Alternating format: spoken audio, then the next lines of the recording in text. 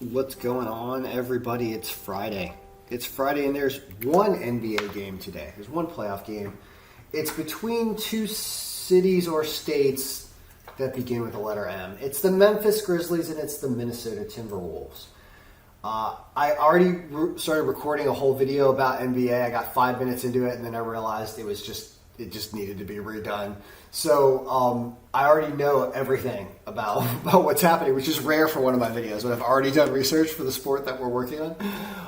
So I found out that Steven Adams is, I guess, a good player on Memphis, and I guess he has COVID-19, and he's out.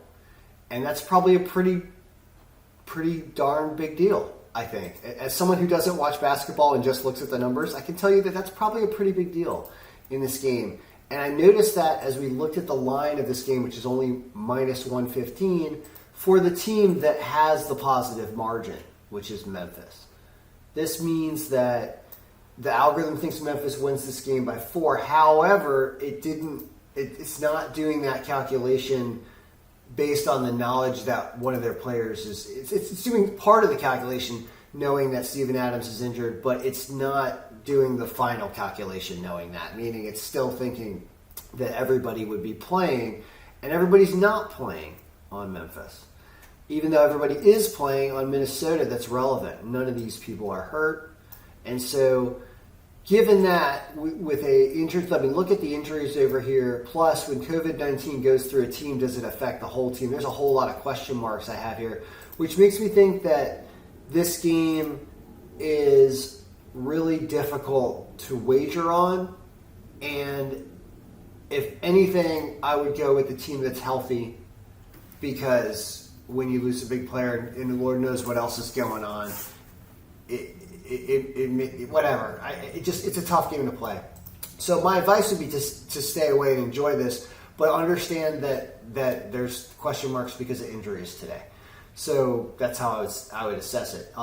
Let's go over yesterday real quick, because I haven't reviewed the results completely from yesterday. The pick of the day yesterday, Phoenix won and they covered. They didn't lead for the whole game, but they certainly led in the fourth quarter when it mattered, and they win 115-109.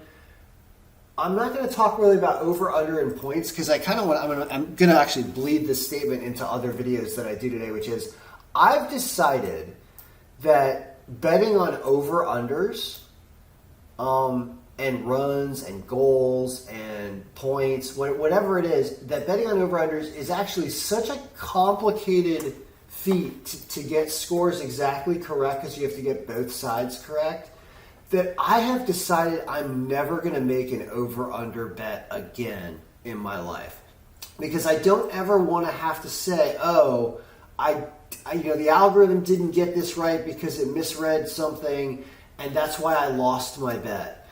I don't ever have to say that when it bets on a team to win, because when it bets on a team to win, no matter what happens throughout the game, this team is always trying to win, and Phoenix might not always be trying to put up a ton of points. Sometimes they might be playing defense and trying to win, and you can't predict how game flow is always going to go, but you're more likely to get a correct answer and a correct result in the win if you're picking winners.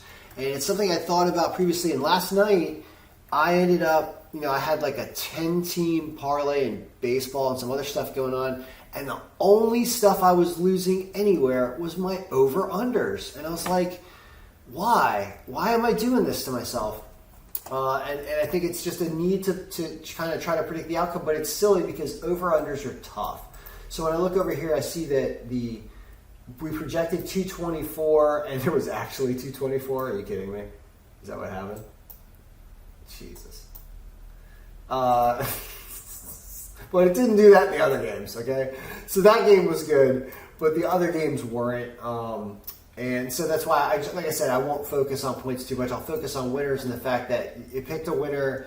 It picked a winner that covered. I mean, there's points involved in spreads, but spreads are also I would say that's why picking winners is better. Picking winners because you don't accidentally lose on spread cover. So Sixers win by a ton. They were healthier than Toronto. That's another example of how health can sometimes play in even more because they were on the road, had no trouble, and really pounded it on late. And the Jazz lose a close game, and they had some injuries with a quadricep problem for somebody strong on that team. I watched some of that game. They had some heart, but there was like travels late. There was a concoction of errors at the end, and they don't win. So that's what a close margin game will do for you. You can see that the Phoenix Suns were at such a higher margin that's why it was obvious that this was the pick of the day, and that did work out yesterday. So as for today, I know everybody wants to watch the game and have some money on it. What are you supposed to do? Well, man, the odds makers. This is when it's really gambling. It's a pick'em game, and I'm tempted to go with Minnesota because not only are they home. What is the series at? Google, let's ask Google that. That's another question to answer. What is the Minnesota Timberwolves Memphis Grizzlies playoff series at? Google. And the answer is there's a game tonight, and Memphis leads 3-2. Wow. All right, so team fighting for its life in Minnesota is healthy.